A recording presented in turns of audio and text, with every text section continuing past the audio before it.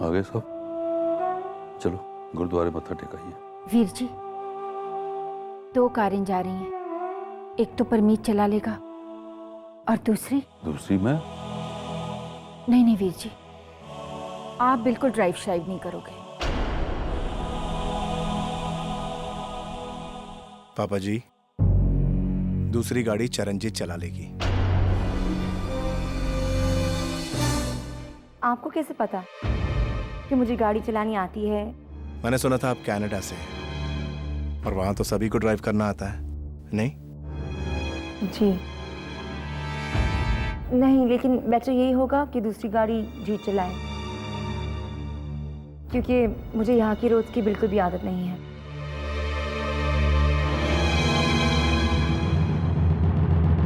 सोनी, तुम्हारे लिए खुशखबरी है। जिस आदमी को तुमने तस्वीर से पहचाना है उसे पुलिस गिरफ्तार कर चुकी है। वो बॉर्डर क्रॉस करने की कोशिश कर रहा था और पकड़ा गया। फिलहाल तो पुलिस उसे यहाँ ले आई है, लेकिन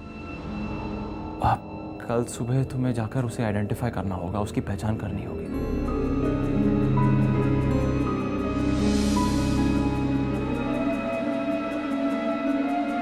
मुझे उससे मिलना होगा क्या? सोनी, तुम्हारा जाना बहुत जरूरी है, वरना उसका गुनाह और तुम्हारी बेगुनाही कैसे साबित होगी? तू परेशान मत हो, हम है ना तेरे साथ। मैं जीत को बता देता हूँ।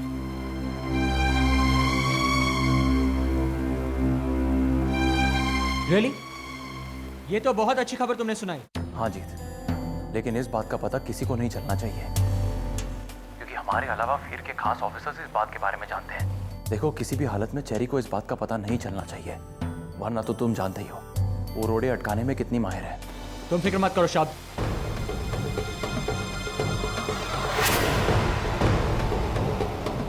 चेरी को हैंडल कैसे करना है ये मैं अच्छी तरह से जानता हूं। उसे आखिर तक इस बात की हवा भी नहीं लगेगी। अब जब वो गुंडा पुलिस के आगे पूरी सच्चाई उगल देगा और असली मुजरिम के बारे में हमें पता चल जाएगा, तब जाके चेरी को इस बारे में कुछ पता चलेगा। मुझे नहीं लगता पुलिस को ज्यादा प्रॉब्लम होगी, वो सच उगलवा ही लेंगे।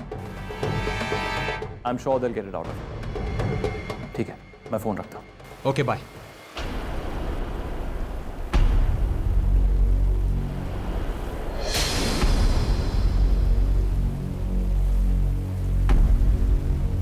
जीत पुत्र, आज मुझे मंदिर भी जाना है। आइए मामा।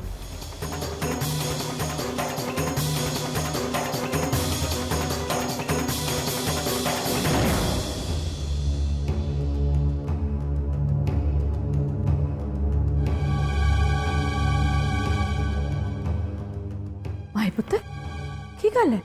ताई जी, वो कहीं दिखाई नहीं दे रही। वो बहन जी? हाँ, मैंने उनका कमरा ढूंढ लिया, ऊपर भी देखा, कहीं नहीं मिल रही। पता नहीं कहाँ चले गई है। मतलब अभी तक लौटी नहीं? 2 घंटे पहले गुरुद्वारे के लिए अकेली निकली थी, मुझे लगा अभी तक वापस आ गई होंगी, कमरे में होंगी। गुरुद्वारे अकेली गई? पर आपने जाने कैसे दिया? नाना पुत्र, ऐसे कैसे? मैंने कहा था उनसे मैं भी आपके साथ चलती हूँ। उन्होंने कहा रहने दो बहन जी, अकेले आती जाती रहूंगी तो आदत पड़ जाएगी। फिर वो अकेली चली गई पुत्र। गार्डन वार्डन में भी नहीं है, मैंने सब जगह देख लिया। पहले भी वो अकेली कहीं जा चुकी है क्या? नहीं, ये आज तक तो पहले ऐसा कभी हुआ नहीं। नाना, वो पहले भी ऐसे गई थी। एक दिन अचानक उठकर कल्ले जाने लगी। मैंने पूछा कहाँ जा रही है, बताकर तो जाइए। उन्होंने मुझे कुछ ठीक से जवाब नहीं दिया। आप लोग तो मेरी आदत जानते हो, मैं बातों को ज्यादा कुरेदती नहीं, तो मैंने भी आगे नहीं पूछा। पर पिछली बार वो टाइम से लौट आई थी, शायद इसीलिए किसी की नजर में नहीं आया।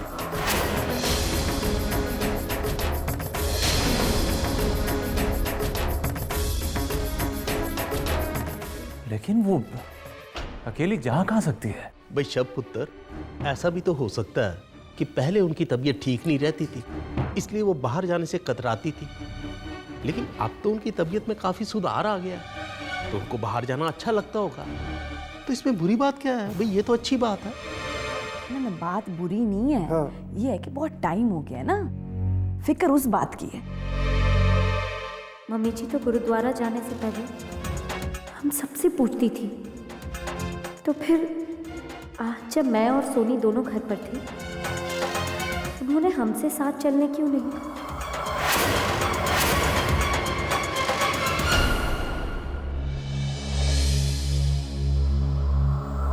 शब्द मैं कल सुबह 9 बजे पहुंच जाऊंगा, ठीक है? और हाँ सुन,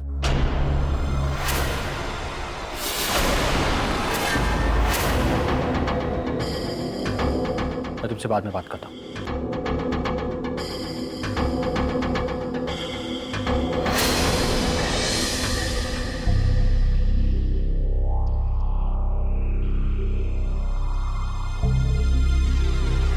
आपको गेस्ट रूम में सोने की क्या जरूरत है जी?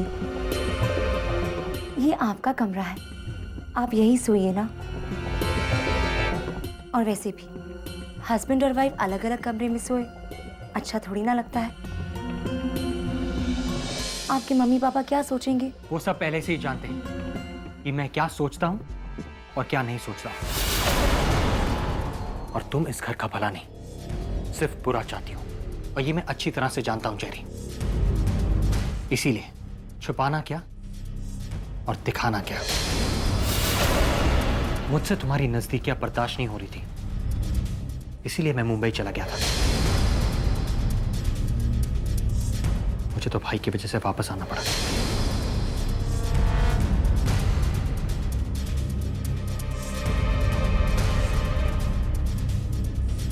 तो मेरे साथ इतने रूड कैसे हो सकते हो जी? आखिर में मैंने तुम्हारा बिगाड़ा ही क्या है? सिर्फ इतना ही ना कि मैंने तुमसे प्यार किया और बदले में तुमसे प्यार चाहा। लेकिन ये तो हर एक पत्नी का हक होता है। देखो जी, वीर के साथ जो कुछ भी हुआ बहुत ही बुरा हुआ, और मुझे भी उतना ही अफसोस है जितना अफसोस तुम्हें है। जी, वीर मेरा पुराना दोस्त था और मैं उसकी बहुत ही ज्यादा इज्जत करती थी। मैं तुम्हें कैसे समझाऊं जी? वीर के साथ जो कुछ भी हुआ उसमें मेरा कोई हाथ नहीं है। बस हालात ही कुछ ऐसे हो गए थे कि मैं सबके सामने बुरी साबित होती चली आई, सिर्फ इसलिए कि मैंने सबके सामने एक सच्चाई साबित करने की कोशिश की थी। जी, कुछ तो बोलो। अगर तुम कुछ भी नहीं बोलोगी तो कैसे चलेगा? क्या तुमने कभी ये सोचा है जी कि मेरे दिल पे क्या बीतती है जब मैं ये देखती हूँ कि मेरा पति मेरे बारे में कितना गलत और कितना बुरा सोचता है? जी, ऑलरेडी इस घर में इतना बुरा हो चुका है कि अब कुछ अच्छा नहीं हो सकता। क्या हम दोनों मिलकर एक नई शुरुआत नहीं कर सकते? प्लीज जी, मुझे सिर्फ एक मौका दो और मैं तुम्हें साबित कर दूंगी कि मैं इतनी बुरी नहीं हूं जितनी तुम मुझे समझते हो। तुम मुझे एक मौका दोगी ना?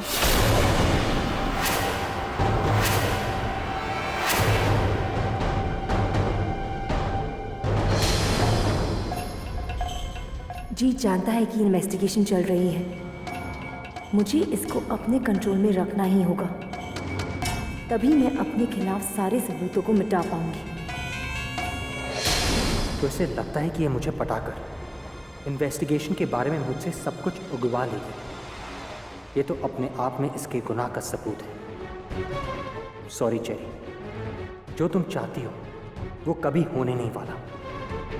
मैं तुम्हें अब भी बर्दाश्त कर रहा हूं तो सिर्फ इसलिए ताकि तुम्हारी हरकतों पे करीब से नजर रख सकूं।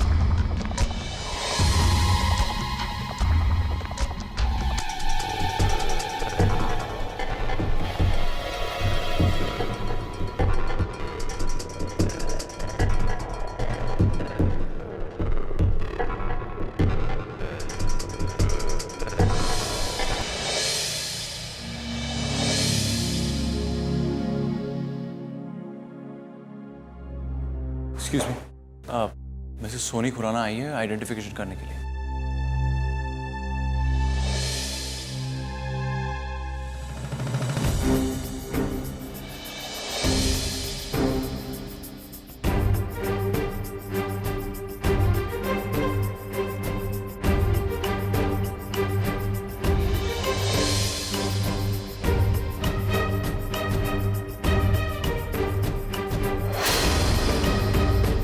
इंस्पेक्टर साहब, ये मिसेस सोनी खुराना है, वो कातिल की पहचान करने आई हैं।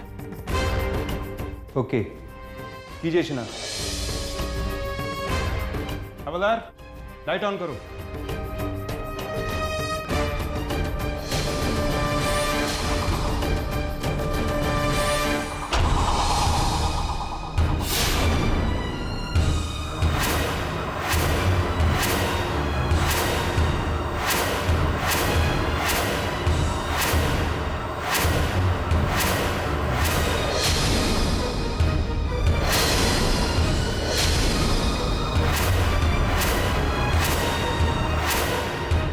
यही है वो। कल रात किसी ने इसे जहर दे दिया।